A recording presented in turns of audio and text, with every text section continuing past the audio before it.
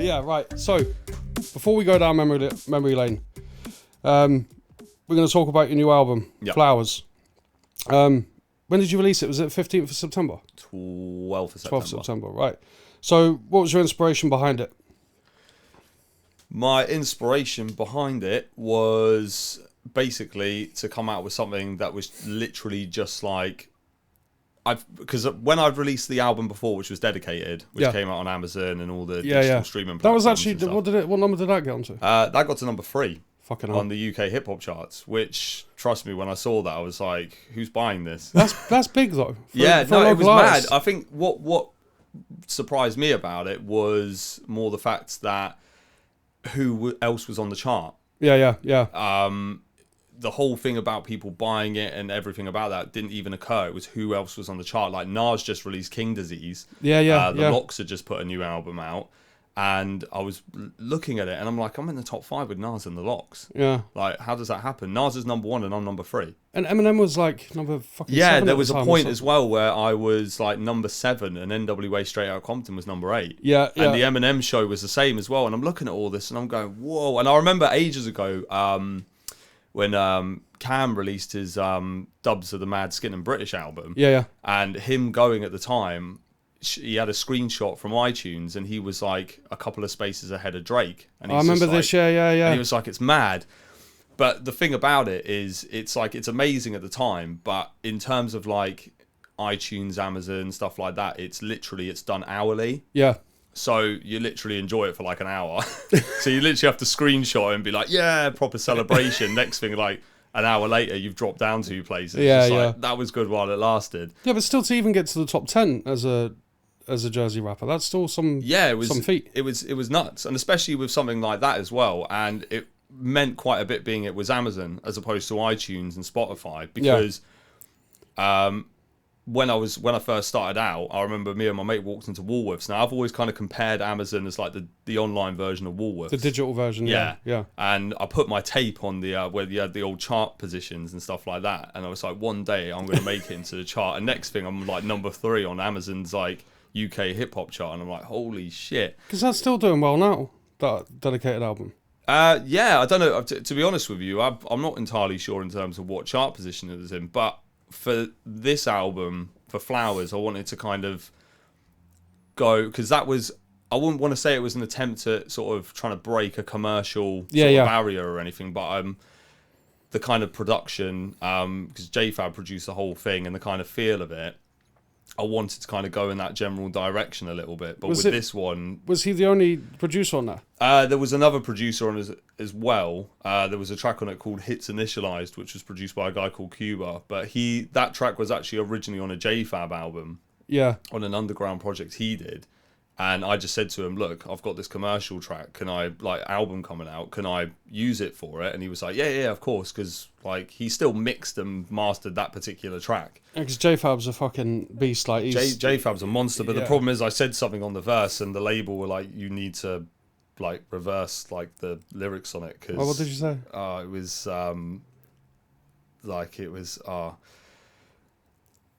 I'll put in context what it means afterwards, because it sounds so bad, but it's like JFab understood it and everybody else. So it was like, back in the lyricist lab here with my blackjack brother, lynch a rapper like, I can't remember, like the Sambo on the Black Bastards cover. Yeah. Now, Black Bastards was an album by a group called KMD, which is MF Doom's first group when he first came out. Mm-hmm. And I'm a massive like MF Doom fan. Yeah. So the reference wasn't lost on anybody, and the guy that owned the label and JFab and sort of like were just everyone, like, we understand it, like, but the public might not understand it. Yeah. So I was just like, right, that's fine. We'll cut that bit out. I don't mind. So it's literally like reversed on this one bit. So everybody's like, oh, you must have said something well bad, and it's just like, it's not really bad. It's quite clever, but if you understand it, only if you understand it. If you're just somebody that's just buying this and then going, "Ooh, I can't believe you just said that." Yeah. But Dedicated, I was like really proud of it. Like, it's a fucking solid. It was a solid fucking album, like, from beginning to end. Yeah, no, I was really pleased with it. But with that, because originally that was going to be my last album, because I thought, right, digital streaming platforms, record label behind it, really solid project, bang, put it out there. But when I listened back to it, it was like I didn't quite feel like it was like a farewell. And the only kind of thing that I felt like I was saying goodbye to was Carnage as a group, because the last track on it was Brothers in Arms, the first one in JFab, which is the last ever Carnage track. So once I'd kind of got past that, I was just like, I just feel that I've still got something else to say, but in the sense of individually on your own, individually on my own, and do it in a certain way. And at the time, I was listening to quite a lot of Johnny Cash, American 4, which was the last album he released before he died, because I think he did another 2 volumes afterwards, but this was the last one before he died. So I was like, the whole feel of it, like, you know, Hurt, for instance, it's just so raw. And I done a track to that, didn't I? Yeah, it was a banging track, that was. And I was just like, I like the whole kind of feel and sound of it. And another album I listened to was J Dilla's Donuts, which is an instrumental album, but what makes it so unique is it was released 2 days before he died, because he suffered from lupus, and he made the majority of the album on his deathbed in the hospital, with literally like a turntable and whatever other equipment he had that people brought into the hospital. So he literally made this album, and what he'd do is he would splice samples from soul records onto his beats and stuff, but the way he manipulated other people's words were almost like he was saying, I'm dying, I'm going, I'm gone. And it was like, if I can make something with that kind of emotion and that kind of raw feel to it, then I've done my job. And it doesn't matter if it's, you know, for a digital streaming platform, it's just yours. I'm not after it. I'm going to shove it out on Bandcamp. I'm going to still sell it, but I'm not bothered by it. I just want people to hear it and go, wow. So what made you stick with that, the rugged sort of mixtape sound? Like, because it's not polished. No. Basically, for me personally, that's my preferred sound. Like, I wanted to kind of go back literally to the basics. Early like, mixtape days. When I first started, when I was like 12. Like, go right back, really gritty, sort of unpolished sound. And again, going back to the Johnny Cash and J Dilla projects, something really raw with real emotion behind it. So your concentration, like on some of the tracks, the vocals are slightly mixed higher than the actual beat. Yeah, and on Flowers as well, it's not like 3 choruses, 3 verses. Yeah, it's just I didn't want to do like a standard verse, hook. I didn't want to do any of that. I wanted to move completely away. I wanted to go 100% underground hip hop, but have that feel. But Flowers was such a nightmare for me, because I finished the vocals in earlier this year. So I started working on it late last year, and then finished the vocals and everything, and I would sequence the album continuously. So in my headphones, I literally rinsed the fuck out of this album. And by the time it came out, I was like, I'm sick of it. But I sequenced it, God knows how many times, and added so many bits. Like, there's interludes on there as well. The Seed of a Flower intro and the Before It's Too Late. And the Before It's Too Late was the end part of the Eagles' Desperado. Because that song, but the pitch was slowed down on it and given a sort of echo to feel. Because I wanted something that just before the last track sets you up for that moment. Like, once this last track hits, that's it. It's done. It's finished. Like, where it's over with. So the whole feel of it, there was just so much behind it that I was just like, I just need for me, it's all good having the bars, having the beats, having everything, but this to me was more than just being like, I'm just going to spit a hot 16. It's like your artistic license, isn't it? It's to do whatever the fuck you want. So you're not restricted. So at the end of it, you're not restricted by all the shit that you've learned previous, 20 years? Exactly. Like, for me, it was like, okay, I feel that I've got my brand from an underground hip hop point of view, locally, and to an extent in other, countries and areas to a certain point, that I can do that.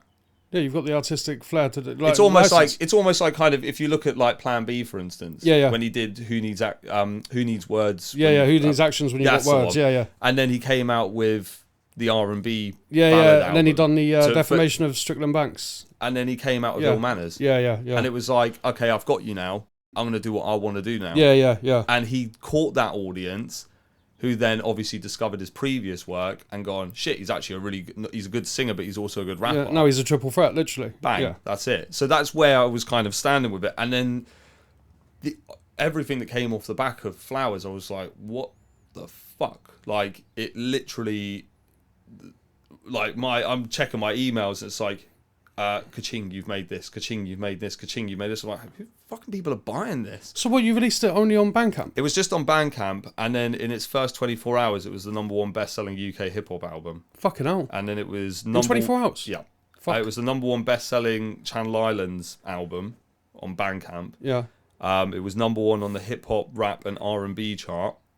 #2 on the alternative hip-hop chart, and #5 on the underground hip-hop chart. And then at the end of every week, they compile all the genres, and then it ended up at number 55. What, out of all the genres? All the genre, no, just for hip-hop and rap. Yeah. For me, for all the subgenres of like hip-hop, and I was like, this is nuts.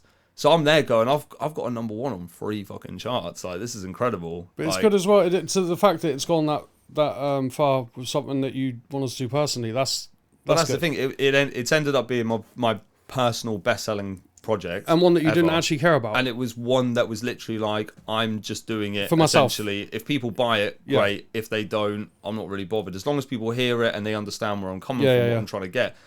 The fact that people saw it was my last album and felt enough of me as not just an artist, but as a person to go, I'm going to invest. Because I think the thing is, like, in terms of, especially for local acts, I think the whole sort of idea of fans is a funny one.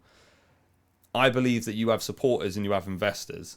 So you have people that support your music, they'll listen to it, they'll share it, and then you have people that invest in it. But actually spend their money. Yeah. Yeah. I've never liked the term fans necessarily for sort of local artists in a sense, because I find it's quite difficult sometimes in terms of trying to get local people on board with stuff. Mate, it's brutal in Jersey for some reason, even though we've got all the talent in the fucking world.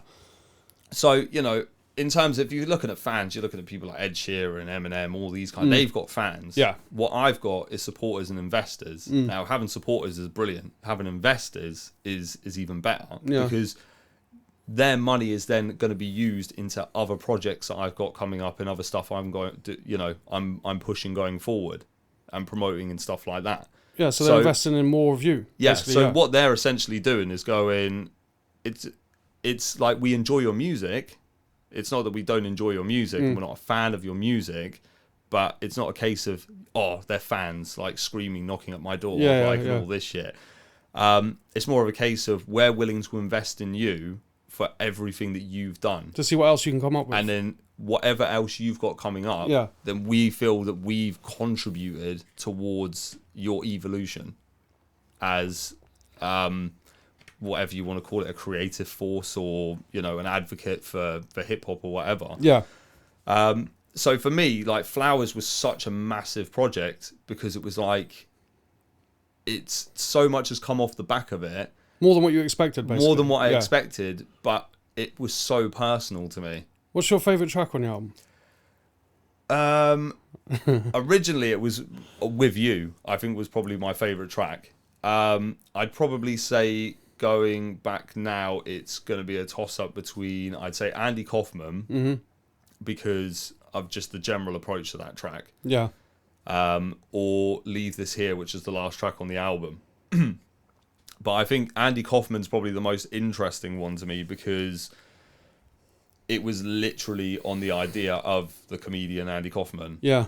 And I watched Man on the Moon starring Jim Carrey as Andy Kaufman, about his life, and I was like, that's the kind of person, because he would come out and tell these ridiculously almost shit jokes, but there was a comic genius behind it. Yeah. And it was really like, you're listening to it, because the basis of the beat for Andy Kaufman is my vocal of me literally going ba ba ba ba. Yeah. And that's it. Yeah. And then just added effects afterwards.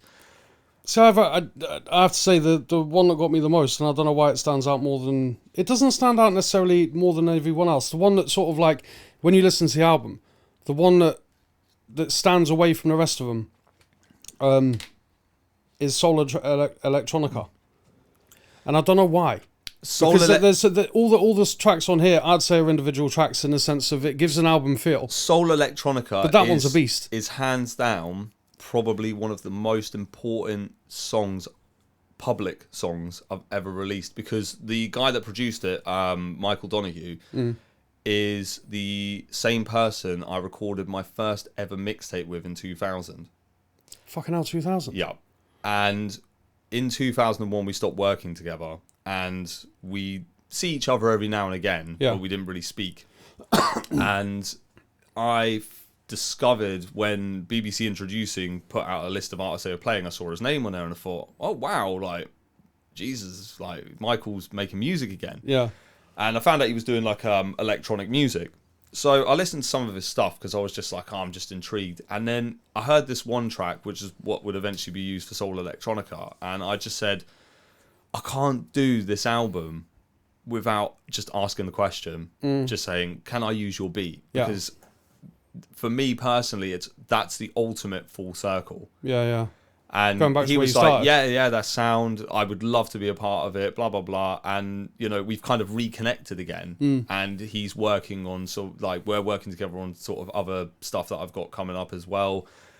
So for me, Soul Electronica was such, even though it's different in the sense of it's not hip hop and it's more electronic, sort of like an electronica sort of ambient sort of sound. I don't know, I just like it. I think that lyrically, if you listen to it, it's like Soul Electronica under a different moniker, and then I go on about the 6 years. Yeah.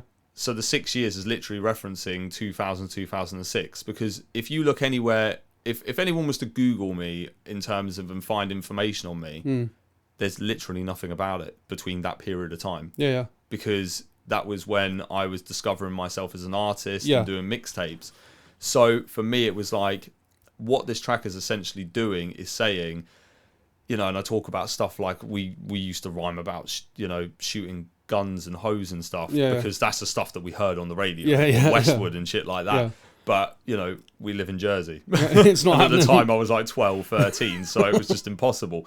But it's kind of funny, and then talking about obviously having kids and stuff like that, and it's that whole, again, that personal approach where with that track in particular, it just meant so much. And when he agreed to it and I recorded it and I sent it back to him, and he was just like, I love it.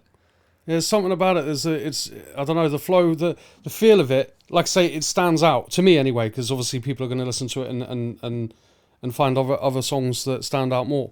But that one sort of just sidestepped the rest of the album. I was like, I had to go back and listen to it, and then I had to listen to the album, and see if it still did it, or I just, you know, because at first when you sent me the track list, it wasn't in order, so I was just, you know, listening to tracks as I went. But then when I listened to the album in order, I was like, that's definitely a banger. There's just something about it. I don't know what. It's one of them songs where I can't put my finger on why I like it so much. I think it's a very simplistic, in terms of the actual beat itself, because it's got that ambient feel. It's very simplistic. Like, it's going to sound like a really strange thing to compare it to, but it's almost like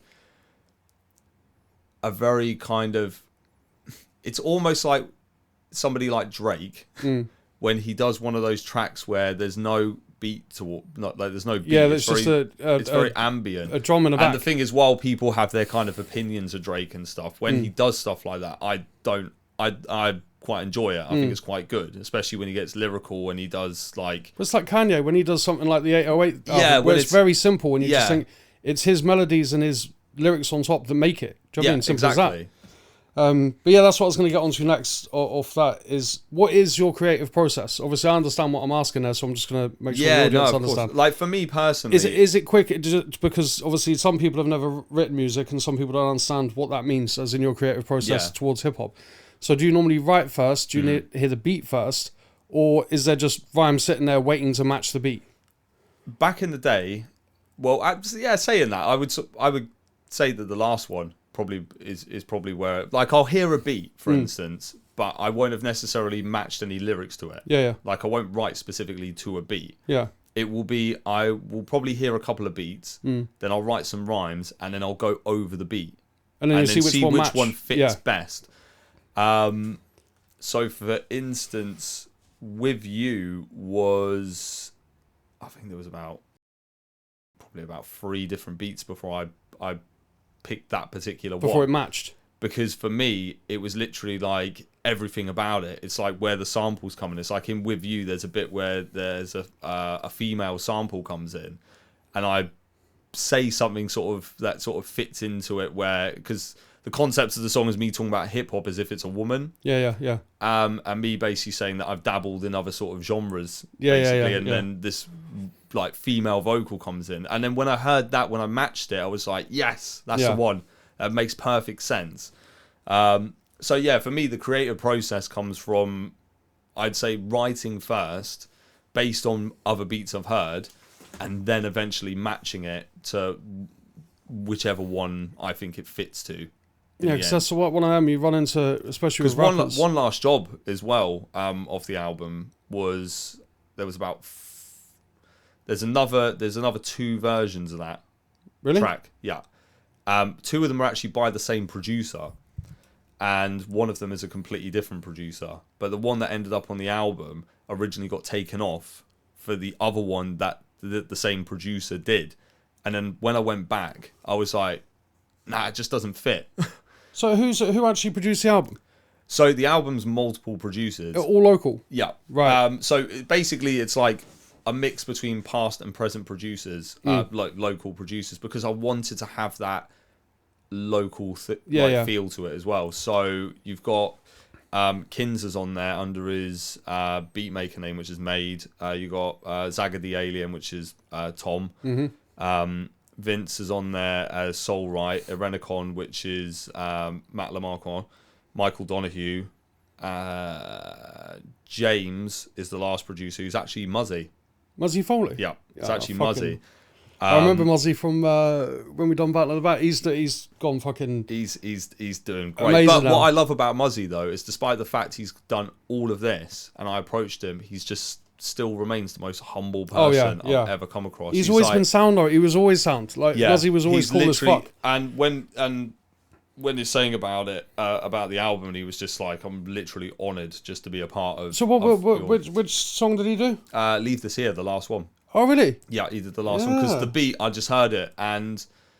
So that's a laid-back track. That's the laid-back sort of track, that. I like that. Muzzy's tracks in general, and his kind of production, or even the kind of production he chooses for his own tracks, always has that really soulful feel to it. And when I heard the beat for Leave This Here, I was just like, this is how I want to end it. Because he's always been deep. Yeah. You know what I mean? Like, he's one of them people, he thinks, you know what I mean? Like, he really thinks about what he does and what he says. And even the early stuff, remember when we had Revolution Records?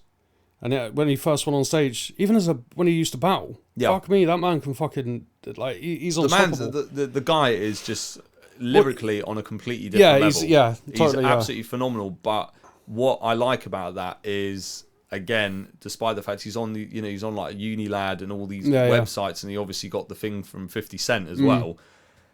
And he's literally just like the most humble person. Yeah, he's still Muzzy. And he's just Muzzy. Yeah. And it's just like, you could never hate that. Nothing but respect for that. So yeah, I've always mad respect for him. But yeah, I wanted to go with local producers, and the whole project was then mixed, sort of rough mixed by Matt, who produced a couple of the tracks on there as well, because I knew that he was gonna be able to do it the way that I wanted it. Because it is rough, innit? It's proper, like, but that's the thing, when you listen to it, obviously if you have even a slight love for it, you get that. Yeah. Like, the message is clear. Do you know what I mean? You didn't do it because you were lazy. You didn't do it because you didn't have time. You done that because you wanted it to sound. That's how it's supposed to sound. That's what all our early stuff sounded like. You literally had nothing. I understand when producers turn around and they'll be like, oh yeah, well maybe if you did it like this made it like this, but it's like, but you're missing the point. Yeah.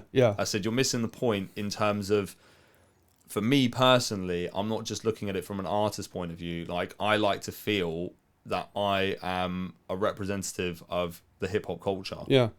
Not just in Jersey, but in general. I love hip hop. And for me, that is what hip hop is. It's raw emotion. Yeah. You know, that's where it came from. It didn't come from a polished sound. It came from scratching old 60s and 70s soul records and shit like that, and coming up with this whole new creative process. This entire genre, basically. And for me, that's what this album represents. It represents not just me as an artist, not just me as a person. It represents me putting my love for the culture and what my representation of what the culture should be out there. You know, we don't all want to sound like, you know, Puff Daddy production type. Do you know what I mean? We want to come out with something that's going to be a little bit more raw and a little bit more, you know, street level, essentially. What's that? I done a song, was it Lo-Fi? Yeah.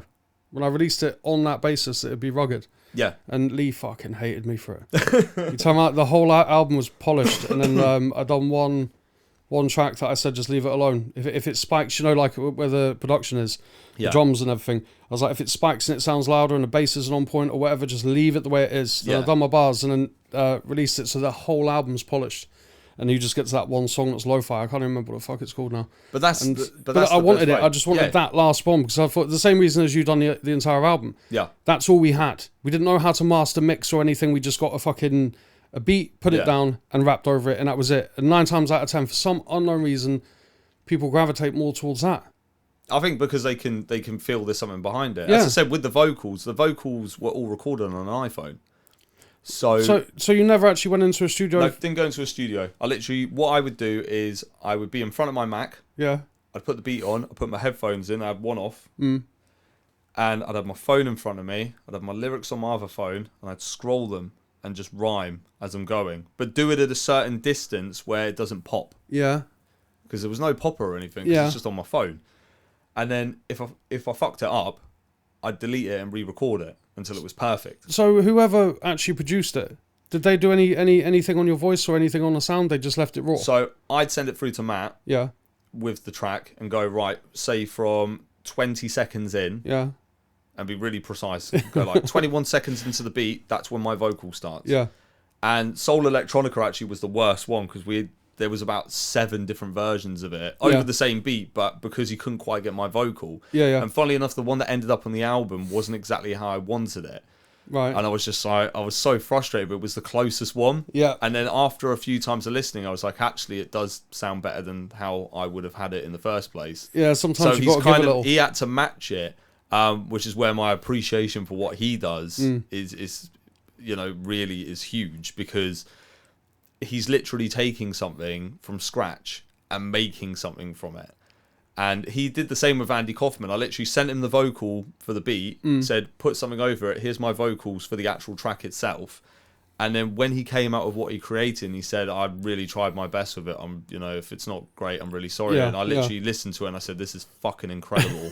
Like, what you've done, how you did that, I don't even know. Do you reckon, so did you have more fun making this sort of album than the pressure you normally have when you've got everything tailored, everything done for you?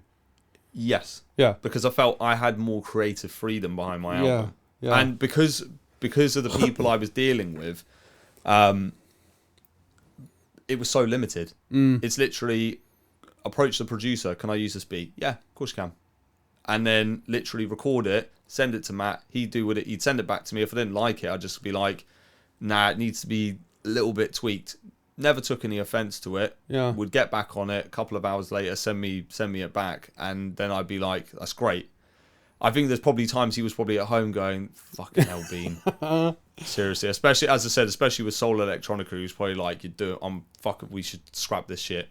But it's a testament in itself, though, that you can do something on your phone. Because I'll be honest with you, I'd never think of doing that. Yeah. To think that you've done it on your phone, to send it to someone else who's then just put it through and not actually mastered it or anything, and then for it to get in the charts and do so well. Well, this is the thing. Like, for me, it was a case of I've got to a point in my life where I don't go out, really. Like, I'm, a bit antisocial in that sense. I just can't be bothered. Join a fucking club. I just can't be asked. Yeah. So for me, it was a case of like, don't get me wrong. Back in the day, I used to love going to JFabs. We'd have a piss up, record in the studio and you stuff. End up drinking more than recording. And then, especially like during lockdown and stuff like that, it was literally like, I've got my kids here and I'm at home spending time with my family, and it's kind of I'm just at that point now where that's kind of me. I'm happy. You're content. With that. Exactly. Yeah. So for me to be able to do that, and I'd say to my wife and kids, I'm just going into the other room, just going to record some vocals. Make sure you shut up. Yeah. Don't lie, Bean. If you said that, your wife would fuck you up. She would batter me, mate. She would batter me. But she's no. But to be honest with you, like the general approach to it was just so different, and then I think that's why seeing how well it did and the response I had off the back of it, like some of the stuff that people came back, like BJ grabbed a copy of it, and for people where I'd recognise, because it would come up with an email address when the person bought it, so I'd recognise it was obviously BJ's.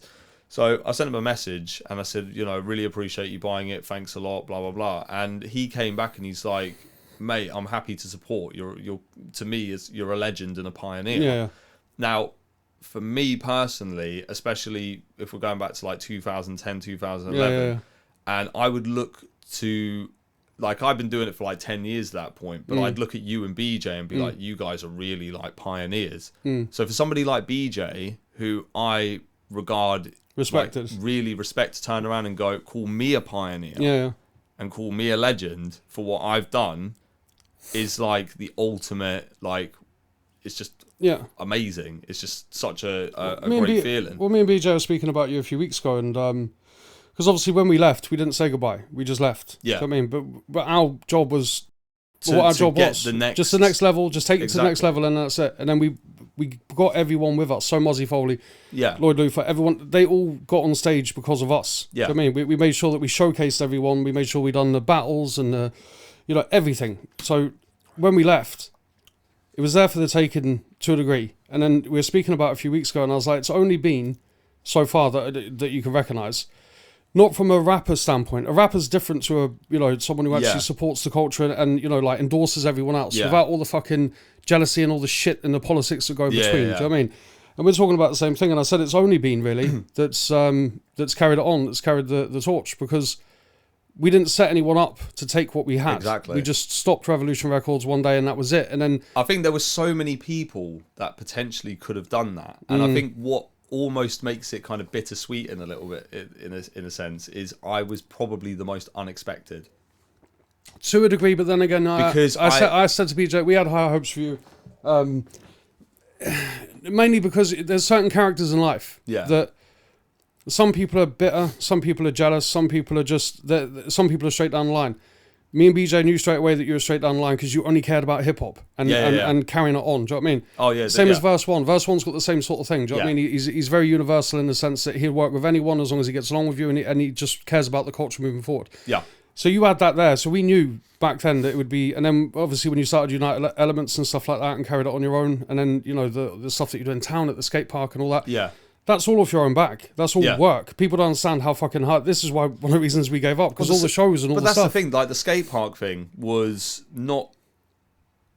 The funny thing is, actually setting up the whole thing with the skate park, with the Street Skills Summer Jam that me and Vince did, and setting up United Elements in general, because the whole sort of idea of United Elements was a community hub. United. For literally... I didn't want it to just be MCs. Now, Vince is a graffiti artist and a beat maker, so for me, I wanted it to be MCs, DJs, breakdancers, and graffiti artists. I wanted it to be the four elements of hip-hop. Yeah. And to me, it's always been really ridiculously important to kind of push that when we talk about hip-hop, and I think people over here just assume that we're talking about artists and MCs, but it's not. It's a culture. It's everything. You can talk about the MC side of it and the artist side of it and allocate that to the local music scene. Yeah. When you're talking about the culture, we're talking about something completely different. Oh, yeah. Because there's so much more to it. There's skateboarding, breakdancing, there's everything. There's so much to it. And it's, and I felt it was really important in order to kind of push that and make people understand that when we talk about hip hop, and the point of the skate park and the jam and everything was we're doing this for a culture. Yeah. Because we're representatives of a culture, not just a music scene. Yeah, it's not about who's got the hottest track that week. Yeah, I'm not after. I don't care if you've got a hot 16. That's great. That's good for you. I'm really proud of you. Like, what are you doing for the culture? But what are you doing? What are you contributing to the culture? And this is where you eventually see people falling off because they're only looking at one aspect of it. And if they're only going to look at one aspect of it, then you're missing the point. Well, that's the thing. It's, again, like I say, back then, I mean, really, I don't know how many songs we released. Fuck me, it'd be over 150, I think. It was 4 single albums, I think 5 for me, I think.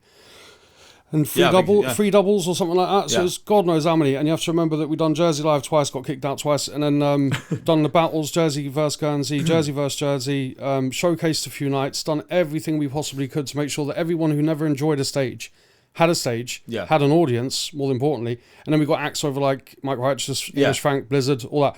So just to push everyone in the right direction and go, right. And it's only then when you sat there and went, now we've got a thriving scene. Yeah. That is it done, right? And then, like I say, because around that sort of time, it was so fucking new. You know, like to see a rapper on stage and actually fucking killing it. See a rapper even on a Jersey Live was unheard of. Do you know what I mean? The thing is, even before Revolution, there was hip hop nights, but it just wasn't on that level. No. It wasn't on that level, and it was very.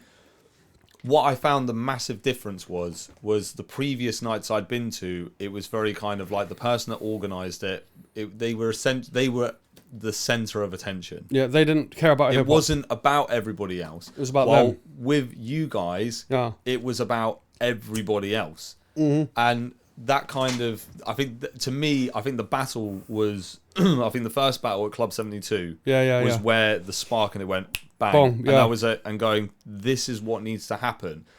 Well, we didn't even, this is the thing, everyone in the audience that night basically slagged us. Because when we had the final battle, then we let a few people do a few sets, a few songs.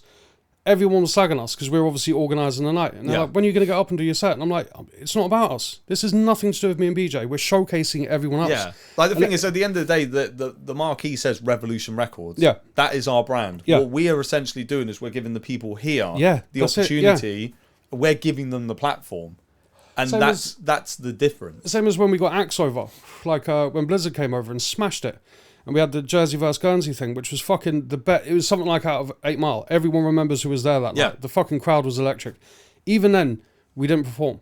Because again, it wasn't about us. It's us investing everything that we have to make sure that everyone else, like I don't think, at that point, I don't even know if Lloyd Luther got on stage at that point.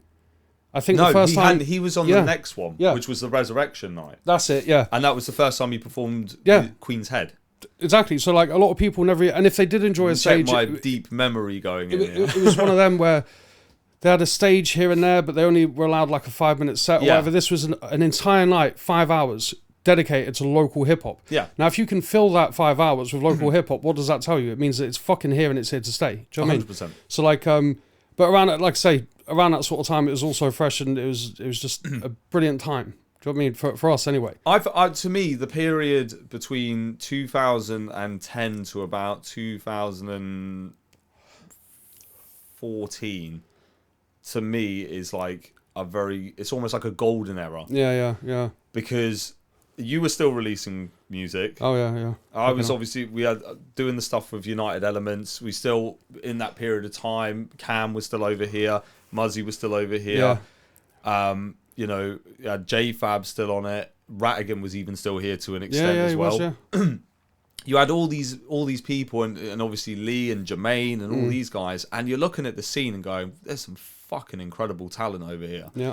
And then after that, it just kind of nosedived. Yeah, we just left. But the thing is when we left, we said we kind of said to everyone, because I think Lee and Jermaine want to set up Sterling Productions, I think. And then that was going to kind of... And then we have to remember the work. The work got too much. What me and BJ did in 3 years was more than what most people achieve in 10. Yeah. I mean, with not only content released, but nights done as well, and, you know, the Jersey Live and all the stuff. And, you know, and the showcases. And in the end, you sit there and you're like, it's just getting too much. Most people do 6 months, they'll do a show, then another 6 months, they'll do a show. We're doing shows every 3. Do you know what I mean? And getting big acts over from the UK and blah, blah. And in the end, when we left, it wasn't like a thing where we sat back and went, watch it go really bad. We genuinely sat there and went, someone needs to pick up the torch and run with it. And it's a good thing that you did, because you're on your own. Do you know what I mean? But do you know what? There's a part of me which almost feels like I'm glad I'm on my own. Yeah, in a 100%. Sense, if that makes sense. 100%. Because, more personalities, more problems. Yeah. Do you know what I mean? Like the thing is, you go out and you promote local artists, And sometimes you get artists that, because especially nowadays, because if I was to kind of push in terms of what the scene's like now, to me personally, the hip hop scene from a music scene point of view, I think is dead. If I'm honest, unfortunately, I think as a culture, I think it's actually really on the rise. The culture's on the rise, but the You've got the scene's dead. graffiti artists out there. A DJ, there's a DJ over here, Scratch DJ. I've never met a Scratch DJ over here. Called, I did years ago. Dirty Needles. Chris Barnes years ago when I was about fucking 17. He was amazing. And I was literally at his house watching him scratch, and I was like, "What the fuck?" Yeah. And it was weird because it was almost like that feeling of just like it reminded me why I love hip hop. And it's little things like that that make me go, "Yeah, the culture's fine." The scene's not so much, because the thing is, you've got MCs, you've obviously got your hip hop MCs, like Verse One and Kins, and Verse One's doing his underground thing, and Kins is a little bit more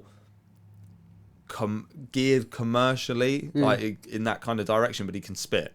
Like he's sick with what he does, and like his beat selection is phenomenal. And he does what he does really well, and Verse One does what he does really well as well. But it's like a consistency thing. In terms of, like, they'll drop stuff, and there's not really a massive criticism of these people. There's points probably where I could probably say, oh, well, you know, I've dropped, like, you know, this year alone, I've dropped 3 mixtapes and an album. Now, to some people, that's, like, great consistency. To others, it's like, that's overdoing it. Well, I think, like you say there, it's the consistency thing nowadays. It's the work that goes into it. But nowadays, I would rather have an artist drop a new track, like Verse One, for instance, will drop a new track, say as an example, like every 6 to 9 months. But you know you're going to get a banger. It's heavy. You're going to get a 6-7 minute banger, and it's going to be, you're going to leave there going, fuck, that was incredible. He's going to make you think. And Kins will do the same, and he'll drop a video with it, which is so slick and so well done that you're just like, I get why he did that. And I remember actually saying to Kins, when did you drop in a mixtape? And he went, when the time's right. And I'm like, yeah. I think that's the thing, but now that's what goes in with independence. If you have someone like Revolution Records sitting there going, I want an album. I want this, I want that. It can be an amazing thing, but it can sometimes work against you if the person's not in the right frame of mind to do an album. Do you know what I mean? Writing an album isn't just putting a load of songs together and going, I've got an album below throwaway songs. You have to write the album as an album. So, like, if you don't have someone behind you doing that, it can be a blessing and a curse. If you're independent, like I say, it can be a blessing and a curse. Nowadays, like I say, it's just the lack of consistency in the whole thing that's frustrating. Because now, let's be honest, they've got more than what we ever had. Do you know what I mean? So they've got more of an opportunity. Oh yeah, the stuff that you can use now to make your own beats and make you sound and fucking home good. studios and stuff like that, and people we had a cupboard. Do you know what I mean? Yeah, a fucking exactly. cupboard. That's it. Yeah. But then you like get it where, you know, you've got other MCs as well. Like you've got you know, Jake Prince, and you've got Rebound as well. And these guys are sick, and you know, Rebound and both of them, especially mostly I would say Rebound, from an MC point of view, is a phenomenal drum and bass MC. Like he's literally mind blowing. Like he can control a crowd, and I've seen him spit over other type of beats as well, like funk and stuff like that, of some of the sets that I've done. And he's a brilliant MC, and he's even said to me as well, I'd love to just do like a boom bap hip hop. It's like, just do it. But who was the other one? Wildy? Was it Wildy? Wildy as well. Fuck, he was fucking deadly over drum and bass. Wildy was phenomenal. Fucking unbelievable. As soon as I put him on stage on, I think it was Resurrection. I can't remember. I put him on stage, and at first, this was before he done his verse on one of my tracks on the album, Down to Business, I think, with Rosie. He jumped on stage and he went over. Lee put him on a drum and bass beat, and fuck me, man, he smashed it for like fucking 4 minutes. I was like, what the fuck is going on there? But he can sing as well. Oh yeah, he can sing. Yeah, he's a great singer as well. But with and then obviously with Jake, he's like, again, another really good MC. And the tracks he's put out with Lee have been like fucking scorching.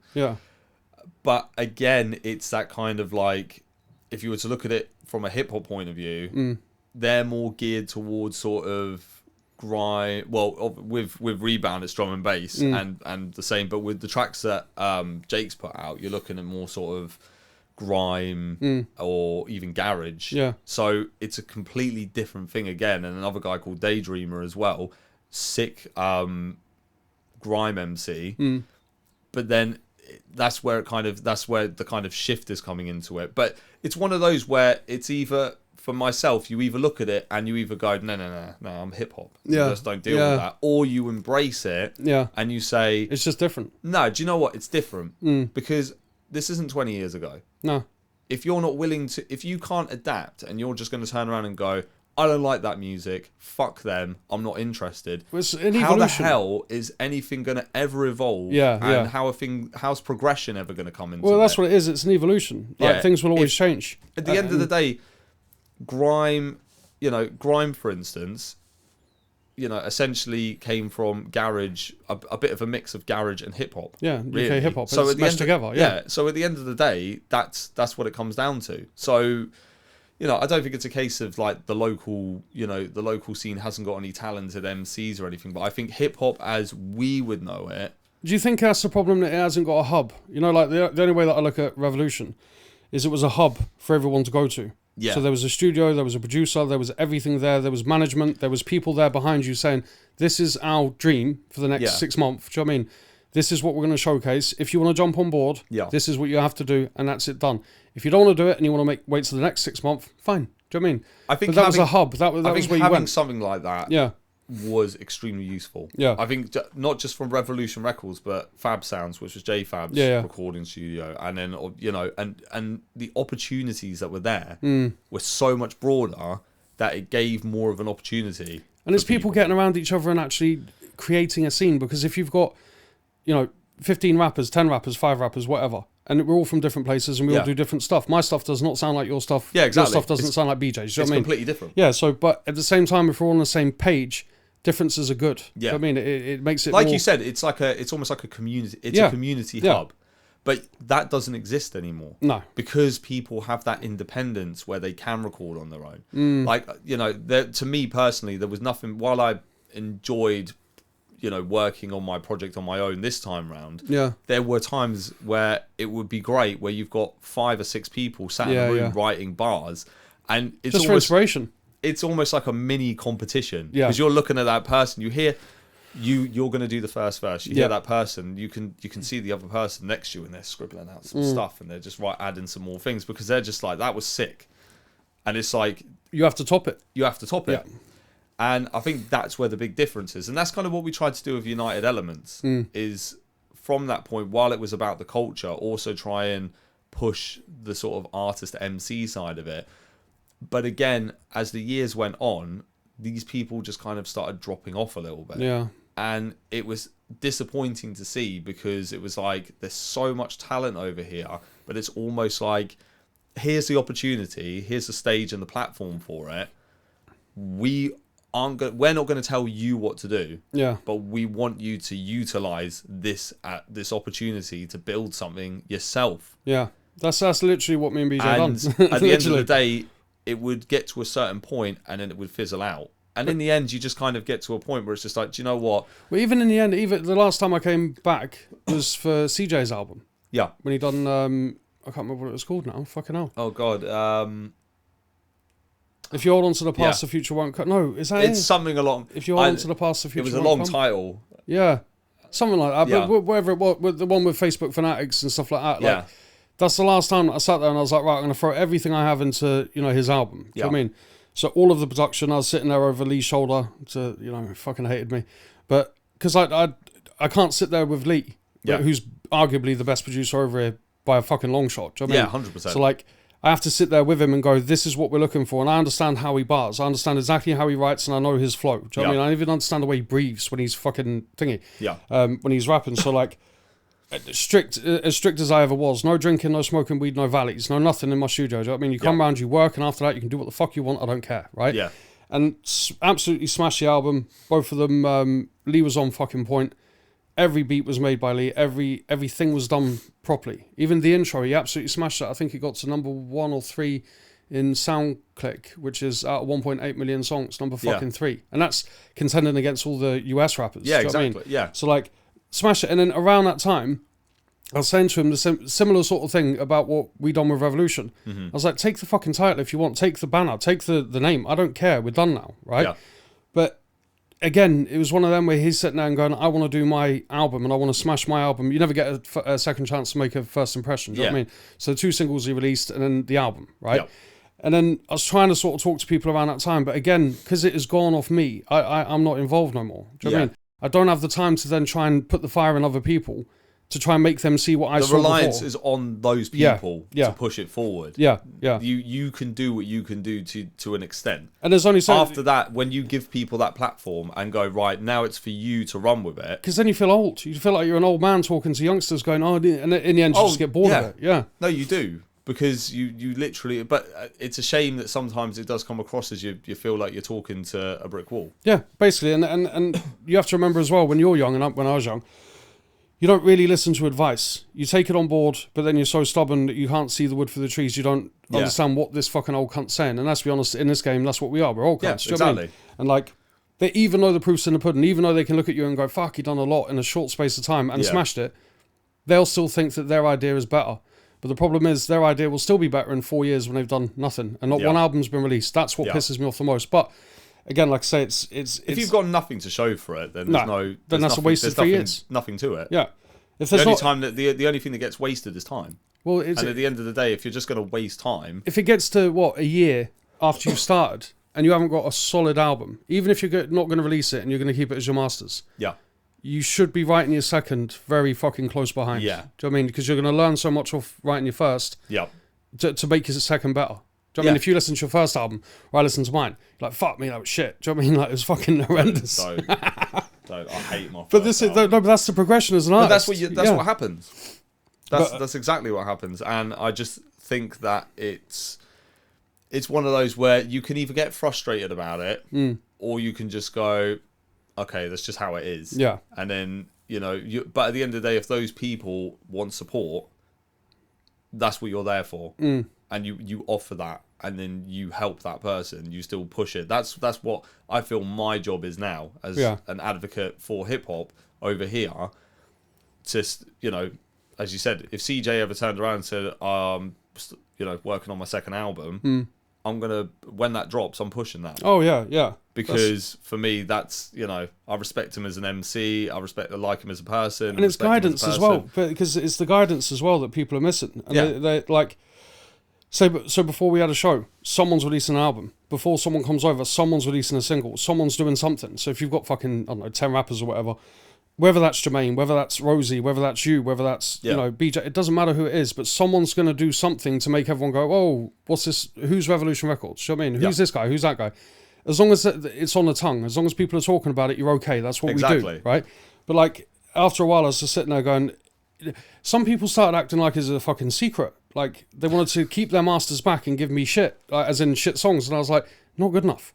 As in, if it's not your best track that you want to release on Revolution Records, don't come to me with it. Because at the same time, we were a charity, but at the same time, we're not charitable in that sort of thing. Yeah, you know what I mean? We're still trying to, we're still trying to make a brand. Yeah. But like, I think it's good in the sense that with, like you say, the difference between culture and just lyricists, because everyone looks at it and goes, he's a rapper, they're rappers. That's it, end of. That's not the case. It's hip-hop music, and it's just like, again, there's so much more to it. It doesn't encompass everything that is actually there. Yeah. But there is, because what have we got now? Because I know I'm going to miss someone out, and I'm going to get shit for it, but at the moment we've got, first one, J-Fab. I fucking love J-Fab. I think he's... J-Fab's an absolute... Some of his beats are fucking... J-Fab's an absolute machine, and I will say this forever and a day, and people can disagree with me. In my opinion, J-Fab released the best local hip-hop album of all time, and it was Man of Values. Yeah. Everything about that fucking album, from lyrics, concepts, the beat selection. How long ago was that now? That was back in 2011. Yeah, that's it, J-Fab came out with an absolute dark horse with that album, because literally his first album was good, but when he dropped Man of Values and I listened to the whole thing, I fell the fuck back and said, you've just made a classic. To me, that album is like the local Nas Illmatic. That's roughly when I met him. Yeah, around then. He smashed that one out of the park. Yeah, because there's, obviously, verse 1, J-Fab, BJ Miles, CJ Burns, Jack Power, Kins, Sam Wary, Jermaine Bailey, Lloyd Luther, Jake Prince, Lee Jackson Downey. But they're the ones who should be watched. Do you know what I mean? In the sense that there's something there between the fucking lot of them anyway. And this is the thing. If you have someone like Lee, I don't know what he's going, Lee Davis, Contagion. But if you have someone like Lee at the helm, to me, the producer's so fucking important. Until I met Lee, I had no idea. Lee's diversity as a producer is second to none. Oh yeah, second to none. Yeah. He can literally do anything. And he can make you sound incredible. I've unfortunately only ever had the pleasure of having one song produced by Lee, and it was neither really our faults. It's just we just never really got around to recording more. And it was actually for a Revolution Records mixtape that never came out. Oh fuck yeah! And it was outside the box, and that was a track. That track got rinsed to fuck for a good year or so by the BBC. Yeah, I don't think I've ever come across. I don't think any of my tracks have received that much airplay. Yeah, but that was some track and that was produced by Lee. And people now will still be like, in terms of outside the box, be like, that's probably one of my favourite songs of yours, because it's just so different. Well, it's what he hears. There's a weird thing about Lee is... Well, he went for the kind of... He said, when we recorded it, he said, the kind of vibe I want to go for is dubstep meets grime. Yeah. Because dubstep was fucking huge at the time. It was like 2012 or something. And he goes, that's the kind of thing I want to go for. And at the time, I was like, yeah, it's not my usual type, but I'm going to give it a bash and see how it goes. And then when we came up, when I came up with the hook and everything, we put it together. And I remember the first time Lee played it, and he's there fucking bobbing his head backwards. He's like, "This is a fucking tune." Yeah. And I was like, "This is gonna do well. Yeah. Like this is good." If you have someone like this, the thing I never realised how, because obviously I knew Lee from when I was a kid, as in when I was younger. Yeah. From DJing and stuff like that, and then I used to see Lee Jackson Downey. He was the first ever drum and bass MC that I seen. Yeah. And I was young, like 16, sneaking into clubs. But and there's another person. He was phenomenal. There's another person. He's a triple threat. He can every sing. Yeah, everything. Like, he can't just sing. I mean, he'll fucking blow the roof off. Yeah. He can rap. And the other thing as well, he's been out for so long, but he's adapted. Oh yeah. He's adapted. Like I say, I seen him. Much. I snuck into a place called Pesos when I was 16, right? And I was standing there. It was obviously one of my first times in a nightclub. Do you know what I mean? A proper nightclub. I was standing there getting fucked up, and this guy just came out and fucking rinsed everything. It was like, early sort of like not even garage, drum and bass days, and he fucking smashed it for about an hour. Yeah. And I was sitting there thinking, first off, how'd you do that? How the fuck do you do that? Second off, how do you do it for so long? And he rides the beat every single time. He's got incredible crowd control. Yeah, yeah. Like in terms of what we were saying about drum and bass MCs, and I've had the pleasure of sharing a stage with Downey. Yeah, yeah.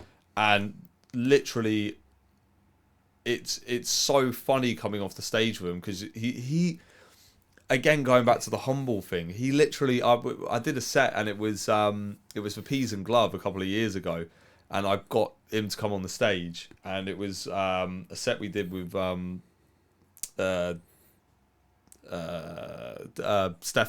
DJ Stefunk. Yeah. And it was all funk and stuff, and he came on, and it was kind of like he smashed it essentially, and he came off and he was just like, "I'm really sorry, man." I was like, "What the fuck are you apologising for?" And he's just like, I just, it wasn't that great. And I said, "Mate, people love that shit." Yeah. And me and you bounced off each other, yeah, literally just hyping the fucking crowd up, and they literally ate the whole thing up. They loved it. I said, "I don't know what you're apologising for." That's what I mean. You could throw him into any waters, and but I don't think I don't know if it's just a case of him being humble, but I don't think he actually realises how incredible he actually is. Mate, I've been saying it for years. As a vocalist, and as an MC, and as a musician in general. I'd say all-round musician. I'd say he's I'd say he's definitely one of the top. The most talented people over 100%. it, and it's fucking phenomenal. Because when you see it, like the video he released recently, I can't remember what it's called. Well, he did the Mad Max style video. Yeah, that one, right? He did the one, there was the other one which had all like the fluorescent colours and stuff like that. Yeah. And this is what I mean about diversity. And then he did the TV advert as well for a property company over here. Oh, I didn't see that. But this is what I mean. He could literally go from stuff like that, but he also had Any Given Sunday years ago. A band. That's it. So you're talking about a completely different genre again. Yeah, this guy is like a fucking chameleon. He's literally a chameleon of music. Anything at all. And this is the thing, when you get him, this is what's beautiful. When you get him and Lee Contagion in the same room, if you're ever, like around that thing, because I've walked in the studio after he's left, do you know what I mean? And he'll go, listen to this, and he'll bang it on, and you're like, fucking hell, that's heavy. You'll go around the next time, and he'll show you something else, and you're like, what the fuck is going on here? Yeah. I'm literally turning up to do a song, a hip-hop song, that just growl down the mic 3 minutes, that's my fucking job, and I leave, right? Yeah. And you walk in, and you're like, he's just nailed this fucking, like, not pop, like an upbeat, nice techno sort of sounding song. And then you'll walk back and he'll do MCing. But he has a thing about him where he could easily cross over on a commercial level. Oh, fuck yeah. Easily, without compromising. Anything. Because he does it all. He's not compromising, and he's not adapting in the sense of, okay, you want me to do that, I'll do that. He'll just make it sound good. He'll just literally just make it sound fucking incredible. And with somebody like Lee behind him, it's just like, it's done. Yeah. But this is like going back to a conversation that we've had as well, like with Jermaine, for instance. So I spoke to Lee a couple of days ago and said, I see Jermaine's getting back on it. Now, to me, Jermaine has got a fucking, his flow is mate, honestly. But with his accent. It's stupid. And everything. It's stupid the way literally like, he just... I get pissed off with Jermaine, and he knows I reckon if he dropped a mixtape, a 10-track mixtape, I'd listen to the whole thing, and if it was produced by Lee, I'd be like, this is going to be one of the sickest mixtapes I've ever heard, because he's got that vibe about it. Mate, Jermaine literally says, meant to be So Sick, So Tired, something else, I think it's BJ's album, then it was meant to be Jermaine's, right? I think he done 2 tracks, one with Rosie, and another one. And he did... And he appeared on mine with 9/11 and Dance Business, right? And then after, when you... To the point where I get fucking frustrated, because I've known Jermaine for years now, right? And he doesn't take himself seriously in that department, as he doesn't think that he can do it, right? Yeah. But I don't even know, or I don't know what it is, right? But he would fucking smash it, in the sense that I can say this wholeheartedly. Like you say, if he released a 10-track album, he'd fucking clean up. Kill it. Because it's not only the accent, it's the fucking rhythm. It's the flow. It's the rhythm. But it's not even just that. It's the general, and this goes back to the sort of the feel of it. Yeah. It's the vibe. Yeah. He's got the vibe. Mate, anytime he appeared on one of my tracks, anytime, Jesus, if I was sitting there, if I was sitting there and I was like, Suicide Rock. Mate, you smashed it. The guy Jermaine did the fucking hook for that, just the hook. And he changed the whole thing about, and the whole feel of that track. Yeah. Like, it was a banging track bar wise from you and BJ, but as soon as he with the whole kind of swag about it, he took it to another level. Like, if you shot a video for that, you could just fucking picture him, the whole doing his thing, and it'd be like, you just made Jersey a pretty fucking cool place. But this is the thing with him. If I was sitting there whenever I was doing my album, I'd only have. And that's where it comes down to, where's your mixtape? maybe 2 people I think have only ever appeared on my albums. That's BJ and Jermaine. Yeah. Right? I'm very strict about who I have on, first off. Second off, I like to do everything myself. That's why all my stuff is my stuff. If you put on my album, you only listen to me. Rarely that someone else will jump in. Do you know what I mean? Yeah. And if I had a hook, if I had a verse, if I had anything, and you think like, I'll ask Jermaine, to get the fire up his ass, to get him, he'd write it in like 3 minutes first off, right? Yeah. Second off, he'd record it in probably half the fucking time. And third off, you'd be sitting there going, it's taken me God knows how long to try and come up with the concept of, let's say, 9/11, or, you know, it's taken me God knows how long to come up with the concept of the album, where it's going to fit in the album, blah, blah, blah, blah. And he just walks in and fucking a throwaway verse. Verse. Like, mate, honestly. But it's frustrating. People like Jermaine, it's only frustrating because there's raw fucking talent there. Again, it comes down to the fact. It comes down to the fact of, do you actually know how talented you are? Yeah. And how much, if you drop something, mate, game over. But and because he's got, and this is the thing, because him and Lee are friends, and have been for years. Yeah. I can walk into a studio tomorrow even though I haven't done anything in years, and Lee will understand exactly what I want, exactly what I say and how I want it and stuff like that. Lee's like that. But with him and Jermaine, it's even better. It's a step above. Do you know what I mean? So he could, by rights, clean up tomorrow, like if he wanted to, and with Lee as well. It'd just be something fucking beautiful. I'm hoping, I'm not going to say anything, but I'm hoping maybe before the end of this year or next year, something will be done in that department, but I can't say anything until obviously I know. But that's moving on quickly because I have to say exactly what Lee's doing lately. Contagion. He's just opened his own studio called The Garden. Yep. And he's offering rappers the opportunity to do a fire in the booth type thing called hotboxing. Or called the hotbox, right? I think it's like for a small fee for the rent that he has to pay on the studio. And like that's going to be biblical. And this is the thing that I was getting to before. If there is a hub, right, after Revolution Records is gone, which it is now, right, so it's not coming back, right?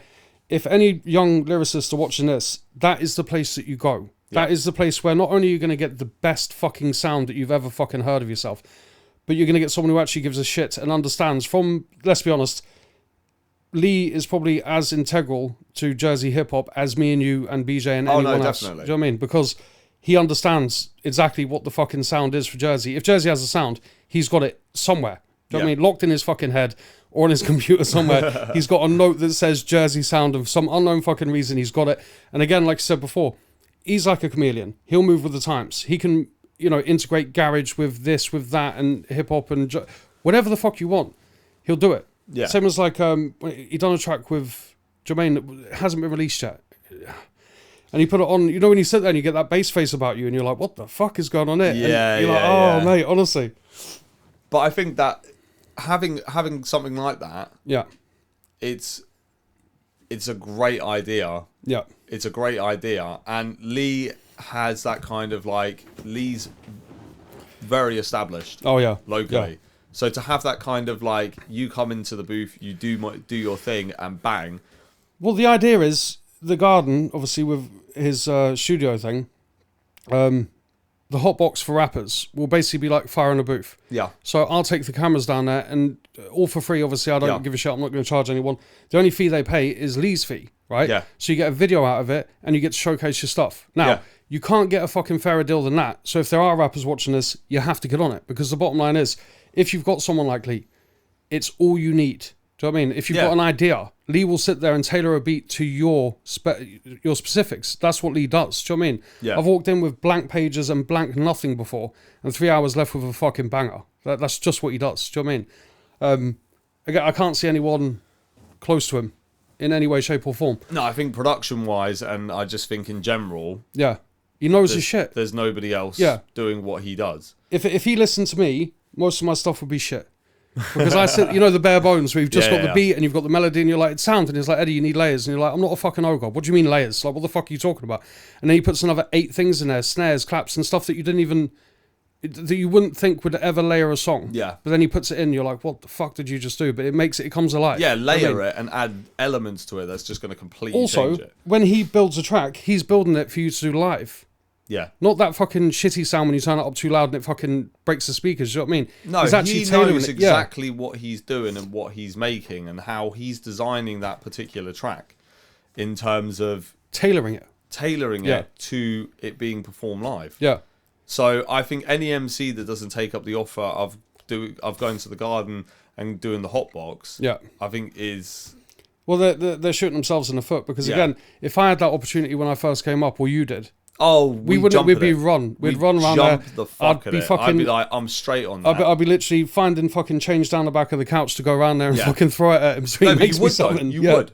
But that's hungry. That's what you want to be. If you're not hungry, you're not going to get anywhere. And like I say, 9 times out of 10, I think it's the people that you surround yourself with. If they're good, even if they're a bit fucking boisterous in the sense of making you do something, 9 times out of 10, they're doing it for your benefit. Do you know what I mean? But someone like Lee, like say if... this new thing that he's got, because as soon as he told me, I was like, I have to talk about it on the show, because if you don't talk about it on the show, then like how are people going to find out? Yeah, exactly. And as well, Lee's not one for social media. He doesn't give a shit. He's rarely on it, and so I have to say that, because obviously that I think is going to be a game changer. If anything's going to revitalize hip hop over it, it's going to be something like that. It's the Garden. And it's what is needed. Yeah. But I was going to say, I spoke to Mezek on the show last week about like youth projects and stuff like that. Yep. And he basically said to go through the youth service. So what I'm going to do is speak to whoever I can, and then we'll all come up with an idea behind the scenes, obviously, and then we'll talk about. So it's a long-term plan as opposed to something that has to be done next week. Yeah. But with stuff like the garden, I mean, obviously the youth, they have to use Sounds Workshop, I think, because they do a fucking great job. Do you know what I mean? Yeah. But yeah, with the garden, obviously that's going to have to be over 18s or, But I think going down that kind of general direction, I think having older heads, yeah. Just old cunts, that's what we are now, man. Old fucking... having older heads, being able to kind of help the next generation of musicians in general, I think it's better than it's better having people that have been there and done it and not had the support, because now you can let's be honest, we essentially, how we got where we are was off our own backs. Literally, yeah. Literally. Like, there were extents and platforms that helped us get, but the rest of it, where we ran, literally came from us. Because, we had to kick the door open. It wasn't open for us. We had no choice. No. While the way I look at it is, it's an opportunity to fucking, help other people, like, so they don't have to go through that shit where they kind of get looked down on in terms of, oh, you do this, or oh, you do that, oh, you're a rapper, are you, and stuff like that. And it's just like the ignorance of it. It's just fucking ridiculous. Like when we were coming up, the first thing that, as soon as you said, I never used to rap to people, obviously, I just used to record. But as soon as you jumped on stage and you changed their mind, you're like, that's what I'm here to do. Change your mind. So you don't think, oh, you're from Jersey, you can't rap. That's the part of it. Yeah. Like one of my favourite things that I used to do about spitting was literally, and just dropping bars randomly, was how unexpected it was. It's like, I think it was like Christmas 2019. They did a hip-hop coffee shop session at Crafty J's. I got invited to come down to perform, and it was all like young people. Yeah. It's all these young people. And there's me with my fucking glasses on and my grey hair, and I look like, what the fuck is that? And I got on, did a couple of tracks on my set. There was hardly anyone there. But then I was like, I know exactly, I'd already pre-done my set, so I was like, I know how I'm going to change this and get everybody back because I'm smarter than you. Yeah. And in the middle of my set, I dropped B-Eazy Hypnotize, I think Tupac, California Love. So songs I knew the words to, but I know they know the words as well. Yeah. So it's like, we're doing a representation, Shimmy Shimmy Ya by ODB. Everyone's fucking singing along. After these like couple of tracks, we then move back onto my stuff. Yeah. And everybody's then into it. So that's what no one realised. That's exactly what we done in the battles. But that's every single battle that I ever done. Most people didn't even realise they were rapping along to things like Biggie, Tupac, early Eminem, Dre. Half time when you throw the beat on, you just go, look, you got 6 seconds each. Battle. Do you know what I mean? They just hear the clap and the beat and the snare or whatever, and they go right. Yeah. And then in between, in the interlude, like when everyone's resting and shit, it was all old school bangers, all Tupac, like the stuff that people actually like singing along to. But that's the thing. You've got this general, and then on top of it, I'm going in the middle of this audience. Yeah. So I'm in the middle of this audience with the microphone, sweating my balls off, and they're literally just loving it. Yeah. Because as far as they're concerned, this is like pure entertainment. Yeah. Like, this isn't just some guy spitting some bars. This is some guy like going full force bang. But it doesn't happen enough. But it doesn't happen enough. It doesn't happen enough at all. And it was funny because Kins did his set after me. And most of his was like drill and stuff like that. But he got in the middle of the crowd as well. Yeah. And he actually said to me afterwards, he was like, oh, your set was incredible. And I said, oh, you smashed it as well. I see you did the thing with going in the crowd. He goes, yeah, I saw what you did. And then I just copied it. Yeah. But it was kind of like, it wasn't even a sense of like, oh, so you're jacking my shit. And it's just like, it was more of a case of like, nah, I appreciate that. Obviously, as an old head, you still look at what I do and go, that works. Well, they have to. It's me and BJ done the when we done Rumble in the Rock. It's fucking God knows how many people there. And we had to walk around the ring, the cage. Oh God, yeah. Yeah, shit. we walked in Liam. Yeah. Do you know what I mean? And that's the first time when you're actually on level. So normally you're up on a stage somewhere, like high up. Yeah. And like that's the first time we're actually walking like through people's fucking dinner tables and shit and getting people up. And that was fucking probably one of the best sets I've done because I ended up at the top. Where the bleachers are. Yeah. I ran round the side of the thing, ran all the way up the stairs and carried on my song all the way along and then came back down the stairs when it was BJ's song. Yeah.